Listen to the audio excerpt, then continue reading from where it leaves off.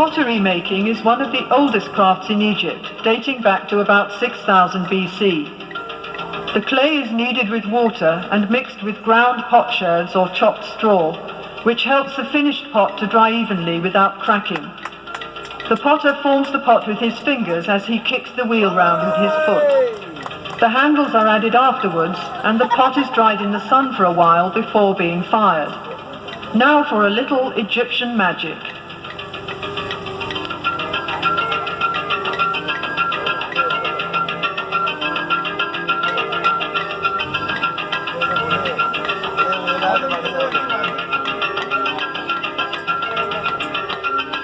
This scene shows the different stages in decorating a stone wall. First of all, the surface is leveled, then smoothed and polished with a piece of hard stone. Grid lines are marked in red on the prepared surface to ensure accurate enlargements of the original drawings. The artist copies the outline onto the wall, working from the sketch made by the chief artist on a small slab of stone or a piece of papyrus. Then the sculptor carves the design in relief with his mallet and chisel. Finally, the details would be painted in color to make the picture look as realistic as possible.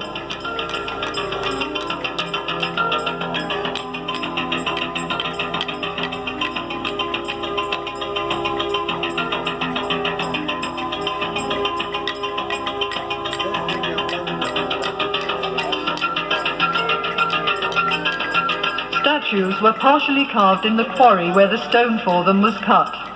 First of all, the block of stone is separated from the rock face by hammering wooden wedges into holes cut in the rock. The wedges are soaked with water, and as the wood expands, the block breaks away.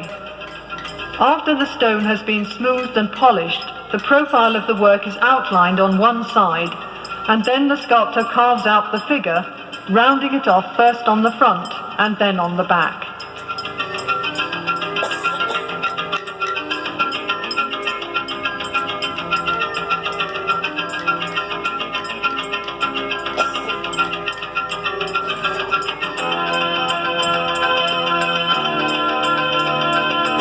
Vases were made from various kinds of stone, particularly alabaster, a soft stone which was worked into beautiful designs.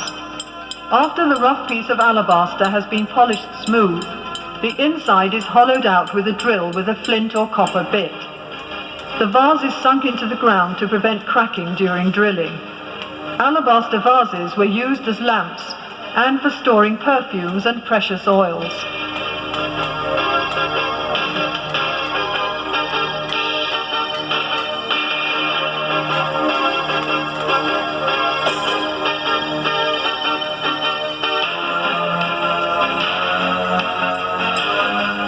The tools of the carpenter and joiner were made of copper, wood and bronze. On the left, a man is sawing a log of wood into planks. Other tools used were a hammer, chisel, an adze and a bow drill for boring holes.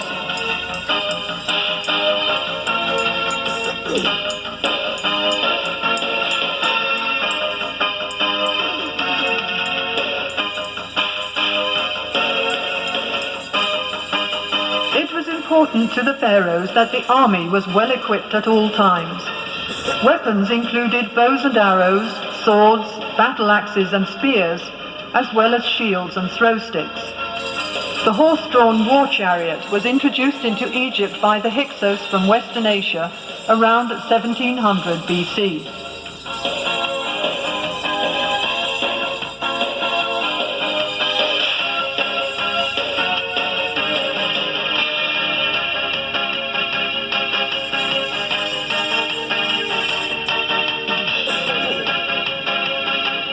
Perfumes were very popular in ancient Egypt and consisted chiefly of fragrant oils and fats. The juice is extracted from sweet-smelling flowers in a bag of heavy canvas, the ends of which are twisted in opposite directions with wooden bars. This scented extract is then mixed with oil or fat as a base.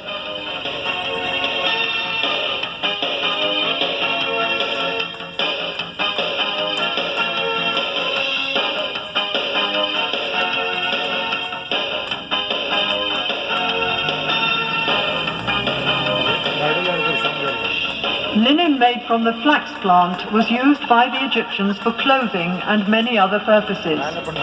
Bundles of flax stalks are pulled through a large wooden comb to remove the tops and leaves. The stalks are soaked in water for a few days to soften them and then beaten with a wooden mallet.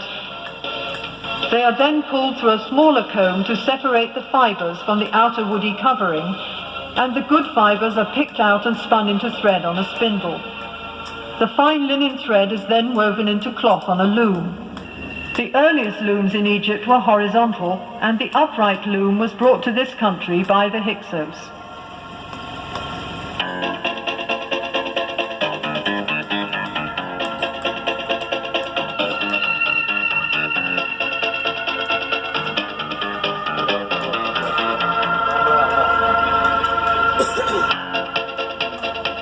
Another important industry was papyrus paper making, for which the government had the monopoly. The lowest part of the stem is the best part for paper making. The outer green rind is peeled off and the white pith is sliced into thin strips which are soaked in water. After repeated soaking, the now pliable strips are placed on a piece of cloth in 2 layers, one vertical and one horizontal. The surface of the sheet thus formed is then hammered with a wooden mallet to cause the fibers of the 2 layers to stick together.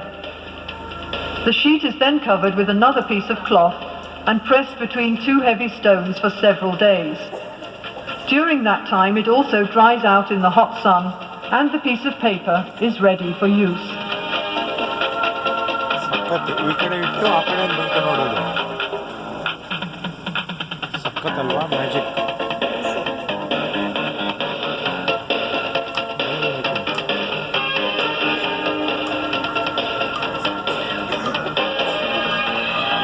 Good wine was appreciated in pharaonic times, and this scene shows the method of winemaking. Bunches of ripe grapes are taken to the vat where the grapes are trodden out, and the juice extracted is poured into large pottery jars to ferment.